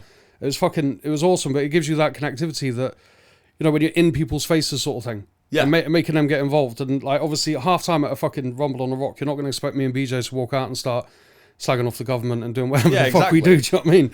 But then I think nowadays I'm hoping anyway that there's a few things now, like you say, things are going to evolve. Things are going to evolve, yeah. and it's a case of just at the end of the day, as depending on the type of individual, as to whether or not you're either going to support it or you're not. Well, I think Now, either to way, be honest there'll with you- always be support, but whether it's your thing or not, that's irrelevant. Yeah. Every artist, I think, should, whether they... every artist deserves some kind of a platform. Yeah, in to my get up opinion. to get up on stage, if you're singing At the end of the country, day, if you're doing... people would turn you know, around to me and just go, I don't like you because, well, not necessarily I don't like you, but like, I don't like what you do. yeah. So I'm not going to support you. Yeah. And it's just like, wow, thanks, really appreciate that. It took you longer to say that than what it fucking would just shut your mouth and not say Yeah. a fucking thing. But the thing is now, I've always said the same thing. If you're singing country and western, if you're doing pop, if you're doing hip hop, if you're doing whatever you are, if you've got the balls to stand up on stage, to get on a stage, yeah. or you've got the balls Yeah. to go into a studio, record a bunch of tracks, Yeah. and release that, and even if it sells fuck all Yeah. or gets no streams, you've gone out of your way to go do that. I respect that. Oh, yeah. More. So for somebody to turn around and go, I don't like what It's you shit. do. You know what I don't mean? like Yeah, what you yeah, do." yeah. It's literally just like, and to be honest with you, I find that being able to kind of adapt and listen to and give other genres a chance, like, you know, UK drill, for instance. I've never killed anyone in my life. I've never gone around drilling people Yeah. and fucking their baby mum. Okay? But I listen to it and go, do you know what? I actually don't mind it. Well, sometimes you listen to rhythm and flow. You're not 100% listening to the lyrics sometimes. 'Cause most of the time you sit there and go, he's talking shite. But same reason that, you know, Arnold Schwarzenegger's never shot 17 people in 3 minutes. Yeah. It's entertainment sometimes. an Now, it's not entertain- something I support, like lying. Do you know what I mean? I don't, because hip-hop's meant to be real. But then again, at the same time, if it crosses over to that point where it's just an evolution, so we're going towards that place Yeah. of drill. Do you know what I mean? Yeah, there might be dickheads in the meantime, but we're going to get to a place where everything, the pendulum swings back. Do you know what I mean? Exactly. And it's going to be nice again. But at the same time, I've always said the same. If you're a singer, a songwriter, or anything, if you've got the balls to put your heart and soul into something, and if it's original material, I've Yeah. never done a cover. Do you know what I mean? Like, Yeah. so for me to put my pen to pad and then sit there and write something that's close to my soul, it's just being honest with myself, and then it relays to someone else, Yeah. and they get it and the emotion. That's my job done. That's what it comes down to. Yeah, that's at the all end it of is. the That's day. that's all I was there for in the first place. But But if you're gonna have, if you're gonna have people that are just gonna slag off what you're doing, Yeah, that's how people. yeah, but they never have the balls to do it themselves. They're people that just wouldn't do it. Nah, but they fuck. And it's just a joke. But like I say, I think, where do you think the scene's going now in the sense that, so let's say we're 2021 now. Fuck me, I nearly forgot the year. So 2021 now. So I reckon this is me just being hopeful. I hope that the garden and the hotboxing, I hope that's the springboard for a lot of good things. But but absent that, where do you think it's going? I think it's I think in terms of like from the sort of music scene side of it, lyricist side of it, there's potential for it to go somewhere. Now the thing is, you could turn around like I said earlier and go, hip hop over here basically is essentially dead in the water at the moment, with the exception of one or two people. Yeah. And then you got the rest of them that are all doing like drum and bass. Yeah. Which, you know, drum and bass is a popular genre, and that's great, you know. But then saying that, once upon a time, we didn't exist. Yeah. And there was no scene before us. So the thing is, while people, you know, you'll get a younger generation. Like for instance, there's a kid at the moment called Chase Kilpatrick. Skater. I can't think how old he is. He's like really young though. And his mum posts videos of him spitting bars that he's written himself. Right. Now this kid is fucking incredible. Right. Like, I literally watch his videos and I'm like, wow. Like, how did you do that? And his dad actually said to me that Britain's Got Talent got in touch with him as well, and he went over there to do auditions. Yeah. Because they'd seen his video on Facebook. Now, for Well, me... a local lad. Local lad. All right. Now, for me personally, to hear stuff like that, and I'd seen him about skating with his parents and stuff like that. And How old is he? I honestly can't. I think I'm sure he's about like 8 or something. Could be a bit 8? older. Yeah, could be a bit older. Like, sorry to his mom and dad who probably watching this thing. He's not 8, but he is young. He's a kid. Yeah, he's a kid, and he is. To me, that is the future. Yeah. That proves to me that, you know, and his parents listened, like his mum listens to like De La Soul and Wu-Tang and all the proper 90s old school stuff, the nice sound, Far Side, Yeah. stuff like that. So for me, I know that the type of hip hop that I'm into, He's gonna or make. what I'd regard as like hip hop, Yeah. he's into. So Yeah. he's going to be spitting, and I hope he carries that on. Yeah, obviously, I yeah. hope he carries that on. And then on top of it as well, my kids, for instance, I don't know what my kids love the fact I rap. Yeah, They think it's awesome. Yeah. Like, I'm just like, do you not get embarrassed by, the fact that your dad's in the middle of town rapping on his lunch break? And they're just like, nah, it's cool. Like, Yeah. we think it's like incredible. Like, my youngest thinks it's like the most amazing thing, like, thinks it's just absolutely like mind blowing that her dad's like this rapper and he's been in like magazines and he's all fucking on the internet and he puts out all these releases and stuff. Yeah, my daughter found income support. And honestly, because this is the only bad thing. I think my son listened to a few of my things, and the only thing he had to say to me was, I can't remember what it was. He absolutely ripped me because he's 7, and he was like, "How many views has it got?" I was like, "A couple of thousand." Why? And he was like, "If it hasn't got 1 million, then it's not good." And I was like, "Fuck, that hurt a little bit." Thank you very much. Cheers, mate. But then my daughter thinks I'm awesome, right? Yeah. And then, but at the same time, I've never released anything that any kid can listen to. Let's be frank. You know what I mean? Even my nice songs are fucking brutal. So, I tried to say to her, I was like, maybe when you're older, you can listen to what Daddy used to do. Do you know what I mean? I was like, but imagine she came across Pigeon Poo or something. Do you know what I mean? Jesus fucking God. Christ. You couldn't even explain that. There is songs like literally where it's like, I hope my kids don't hear that. Like, if I'm honest with you, and I don't really care if it makes bad parent of the year, couldn't really give a shit. Both me and my wife listen to hip hop music in the house. Yeah, obviously. With the kids about. Yeah. The other day my wife was doing her makeup listening to Kill You by Eminem, and my youngest is walking around, and it's just like, unless she's gonna like turn around and start going, bitch, I'm gonna kill you, you don't want to fuck with me, I'm not overly concerned. No.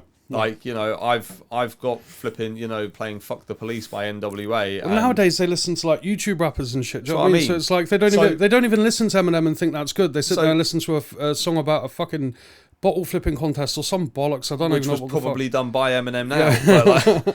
But the thing is, like, for my kids, for all I know, I don't know. Like, my eldest was really into like illustration and writing. Yeah.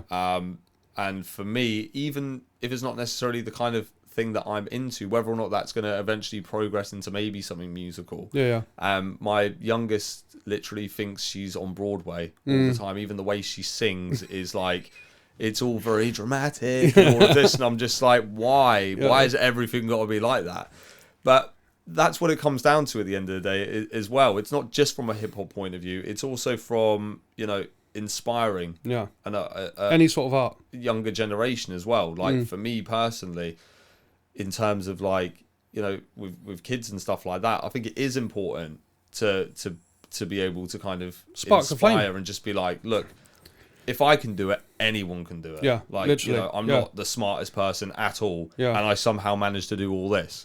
Yeah, it's so, one of them where taking the same as like you don't necessarily need massive financial backing or anything. And do you know who gives a shit if you don't make loads of money or if any money off of this? Nobody. It's not really the point. It's your story. That's all it is. It's your story. Yeah. If you can sit there and say like, it's a time capsule. So if I look back at all the stuff that I've ever done, I can put on a song or put on a whatever album that I've done or a specific song, and it's a time capsule of that time. Yeah, exactly. Yeah. And also the other thing for me, for me on a personal level, it's more of a case of over money and fame and all that. It's like a case. Would you ever want to be famous? No. Fuck that. I would never want to be famous. Not in a million years. Because the shit people that celebrities and all that go through, why would I want to put myself through that? Yeah, but you can't fly high when you're famous because you can't get away with saying anything. I would rather in 20 years' time that people turned around and they said, mention hip hop in Jersey, and they mention me. Because as far as I'm concerned, I've cemented a legacy which is 10 times more important. Because at the end of the day, when I'm dead and buried and I'm gone, I'm not going to take any money with me. I'm not going to take any material wealth. None of that's going to really mean anything. No. But my kids are going to my kids, when they grow up and they've got their own kids. Yeah. And, I've literally kept everything. Like I'm talking posters, stuff like that. I've still got the first flyer from the Revolution Records. I've still got the Revolution Records t-shirt. Yeah. I've got all this in a box of all my albums, every single thing. my kids are going to look at that, or their kids are going to look at that, or their kids, depending how long this stays around, and they're going to go, wow.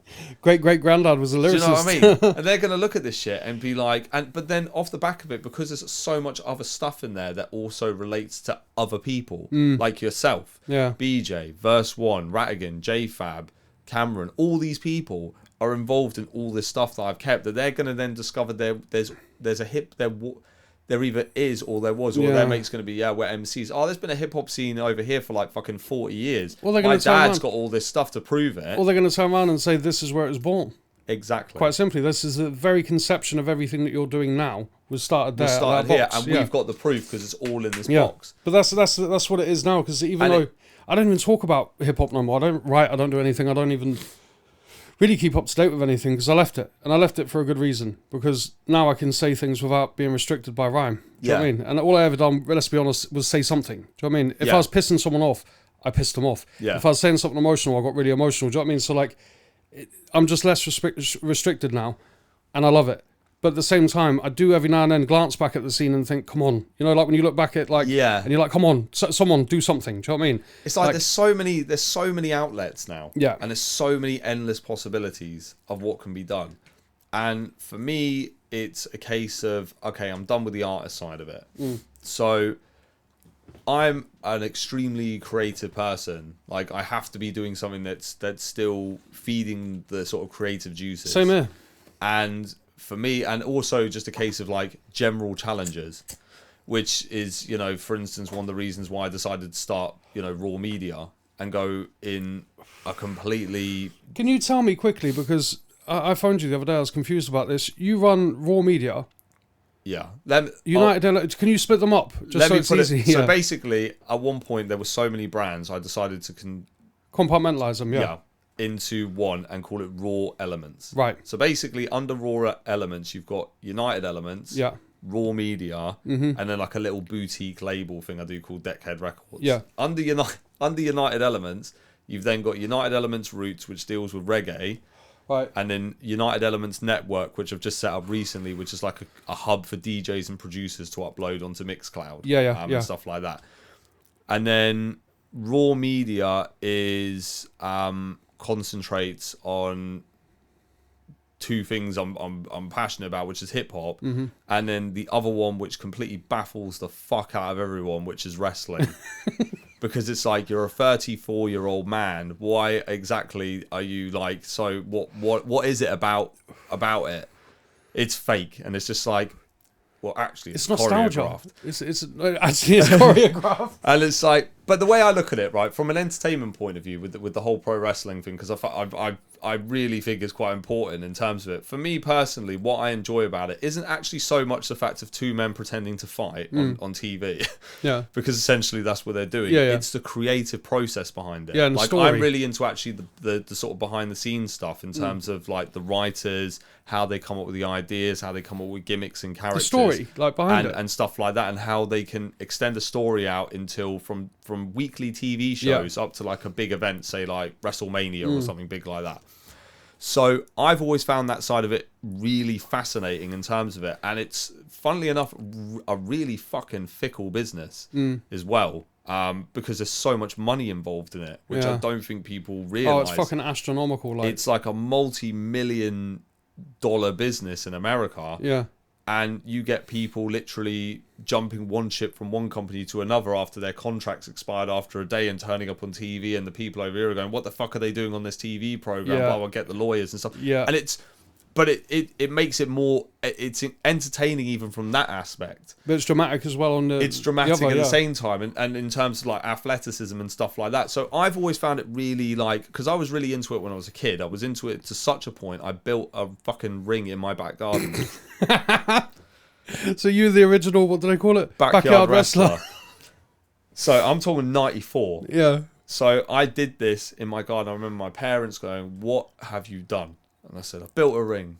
So me and my mates can come around and we can all like wrestle. And I made these belts as well, and they were made out of paper, and I put fucking tin foil over them. And a black marker wrote fucking the name of whatever I called my promotion and all of this stuff. And I was like proper into it. And, you know, do stupid stuff. Like me and my brother would have like a flipping, you know, thumbtack match, Yeah. and just fucking pour thumbtacks down, and then just end up landing on top of them, and it would just be like, why would you do that shit? It's just like, well, I saw it on TV and it looked awesome, so I gave it a go, and now my back looks like a fucking pincushion. We used to do that when we kids, slam each other into fucking tables and stupid shit like that. Oh, it's some of the stuff, and then being on top of a ladder and getting pushed off the top of it. On top of your shed and shit like that. Yeah. And it would just be like, I don't understand why you've done this. And it's just like, because I thought it was cool. Your parents are standing there going, I think he's broken. Like, and then I kind of like stopped watching it after when I got to a teenage years, I kind of stopped watching it, and I was just like, yeah, it's just like, and that's where I was more into hip hop at that point. But it was only when I started writing for About That Online, which is a Birmingham-based company. It's called About That Enterprises. So they've got a record label who release Dedicated. Yeah. And I'm currently working as a producer for one of their radio mix shows as well at the moment. And I started off as a writer for About That Online, and they just said, just provide like reviews and content. You can share your own stuff as well, and it might give you a chance for local talent and so on. And then I noticed they also dealt with wrestling as well, and I was just like, oh, you do wrestling as well? And they were just like, yeah, I'm a massive fan of it. And I'm just like, and you're like, cha-ching. And I'm just like, okay, this is quite interesting. And so I said, well, I don't really watch it, but could I write like maybe like about some of the old stuff? And they were like, yeah, feel free. So I started doing that on the side of the music thing. And then I just thought, I'll watch it, because I haven't watched it for a while. Because talking to me about this stuff, I'm like, I don't know who these people are. I don't know what you're even talking about. Like, last time I watched it was The Rock and Stone Cold Steve Austin. The last time I watched wrestling, I swear down to you, I remember it was my granddad, when I used to go to Wigan, my granddad used to tape it for me because he had Sky and I didn't, and I was moving around fucking England, and didn't even have a house. And basically, he used to record it, because I'd always go to his house in Wigan for holidays, Christmas and summer holidays and shit. And he'd have, remember the VHS tapes that were like 8 hours long or whatever the fuck, right? Yeah. So he'd tape all the WrestleMania and all the Royal Rumble and all that stuff. The last time I watched it was probably like early 90s, and it was Jake the Snake, and Macho Man, Randy Savage, Hulk Hogan, and all the Ultimate Warrior, the Bushwhackers, all these guys, Jesus. British Bulldog, all that fucking hell, man. And I remember sitting there, but I remember getting back to there, and then around that time, something called, I think it's WSW. WCW. There's WSW as well, or I can't remember what it was. There was Lightning Thunder, whatever the fuck his name was. But my granddad blagged me that it was real. So he said, so I, like when you're fucking around, whatever, I was looking at it going, oh no, it's fake now. So I sort of grew out of it. Yeah. And I think that broke his heart a little bit, and it will kill me to this day, do you know what I mean? And then he'd spent all year recording the shit, And then, he found, it was WCW, WSW, I can't remember. And he started taping that, and then when I came around next time, he was like, this one's real. And I was like, oh, fucking sound. Started getting into that. But yeah, that was all of our childhood, man. But yeah, no, I ended up just getting back into it because I was watching it, like just looking at it, and just thought, I'll see if I can contribute on this side of it as well. And then that's when it really kind of like hit. And then I was looking at all these kind of groups on Facebook and stuff, and I was like, these got like loads of members. Yeah. So what if I took my love for hip hop? Because the other thing as well, there was around the same time there was a group that had just come out, and they were signed to Shady Records. They're called Griselda Records. And what initially caught interest for me is they'd have these really random titles for songs. Now you listen to lyrics and there's actually nothing to do with it. Yeah. But it'd be like just the name of a wrestler, for instance. Yeah. It'd be like, just for instance, like Macho Man. Yeah. Or the cover would be like Macho. The song would be called Macho on Coke, and it had the Macho Man Randy Savage on the front cover. But the whole song was literally nothing to do with the Macho Man Randy Savage. So I'd be like, okay, and then started getting more into them and realizing that they were kind of doing the incorporating of like hip hop and wrestling, and I thought, I've never seen anybody do that, and they've got a fucking fan base. So I'm like, this is an interesting route, because I've never really seen anybody do hip hop and pro wrestling, because these guys are talking about, they're from Buffalo, and it was like the highest like percentage of murders in North America.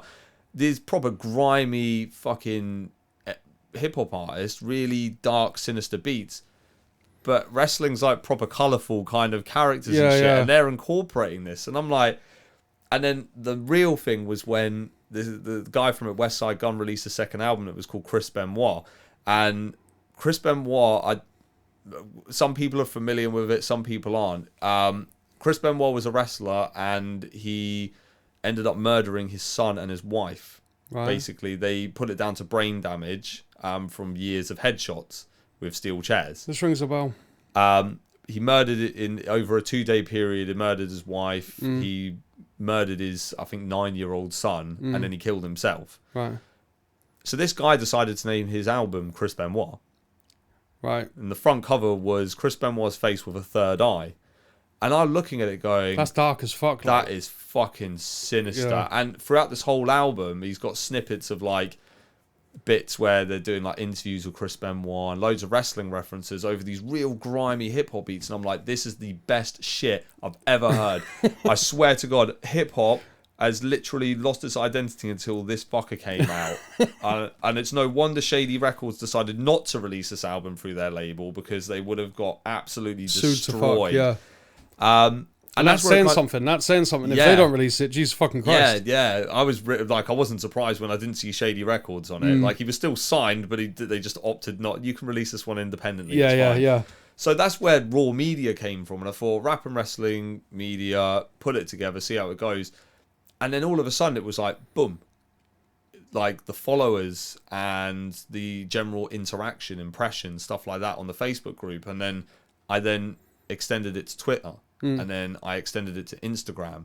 And then recently just extended it to Reddit. Yeah. And it's just grown and grown and grown, because is it you commenting on wrestling and mixing it with hip hop? Yeah. Basically, right. Yeah. So I'll taking two things. Literally, I'll put, if somebody releases like a new hip hop song. So basically, if you go on the Raw Media page, and the majority of it is me posting stuff. Yeah. So it's literally, if something's happened in the wrestling world, I'll promote it here and then share it on groups, wrestling related groups. Yeah. Then I'll share it on Twitter. Then I'll share it on Reddit, and I'll share it on Instagram. Yeah.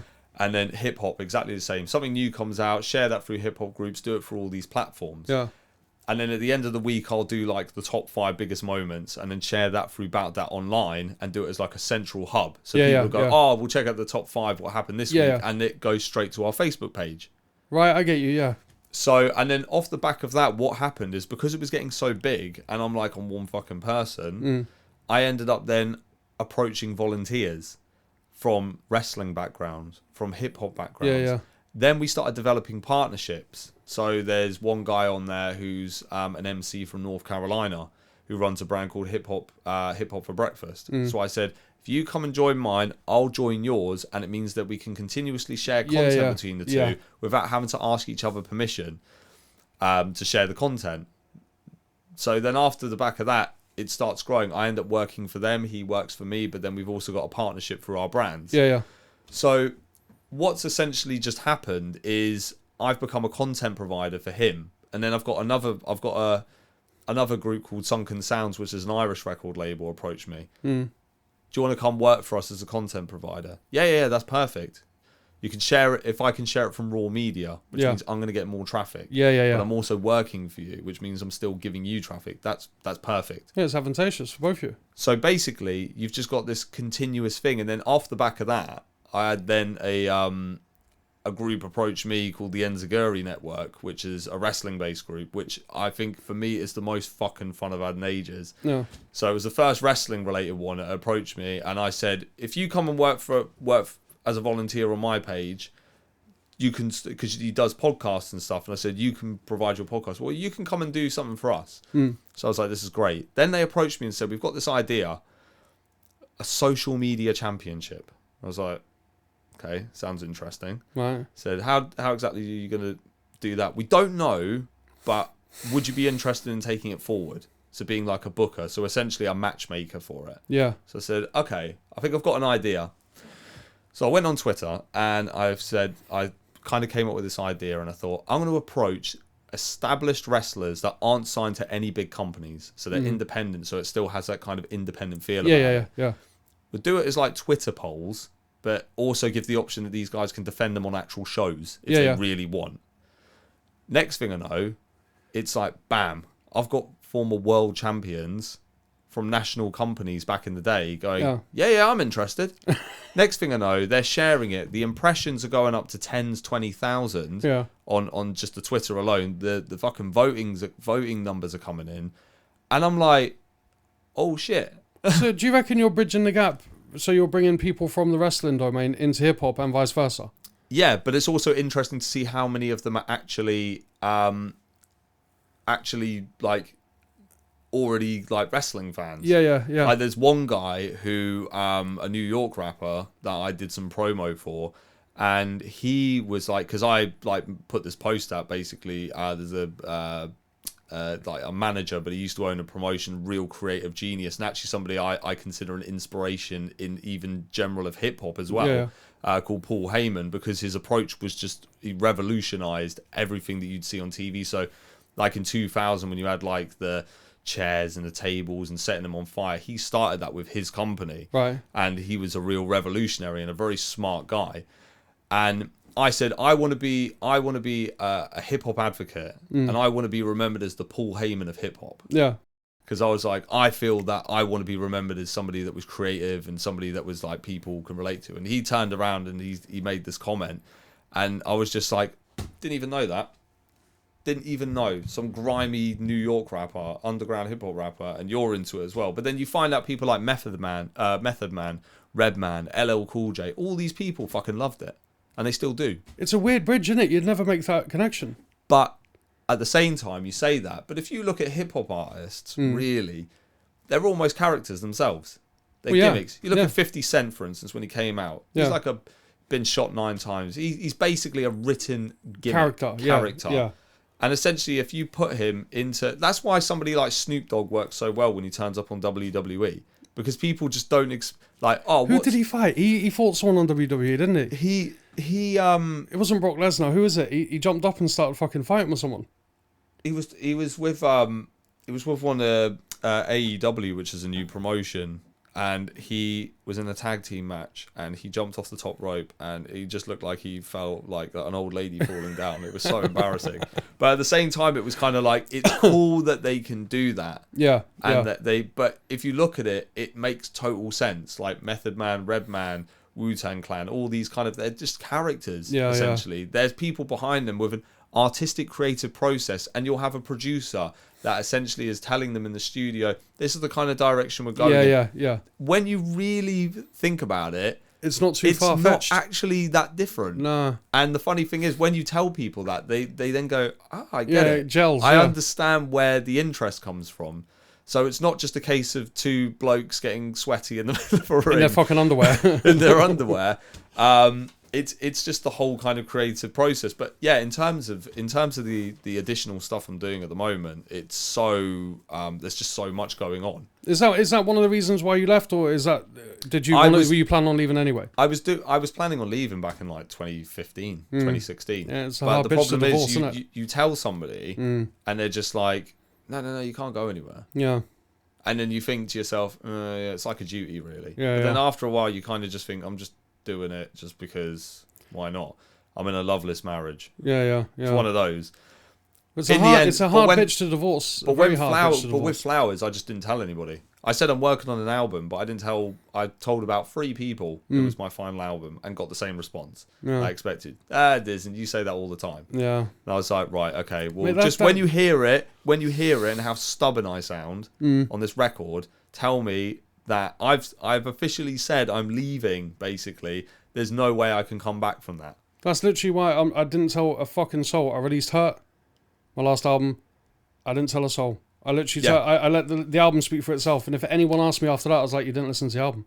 Do you know what I mean? Because if you listen to the album, I said goodbye. To it, that's it. Yeah. Once you get to the end, I think it was Forever Young. That's the one, yeah. Like Forever Young, I still to this day, it's funny with that because about a month or so ago, I downloaded some local hip hop tracks because I was just in the mood to listen to some. I think I was working on something and I just wanted to listen to some local hip hop tracks.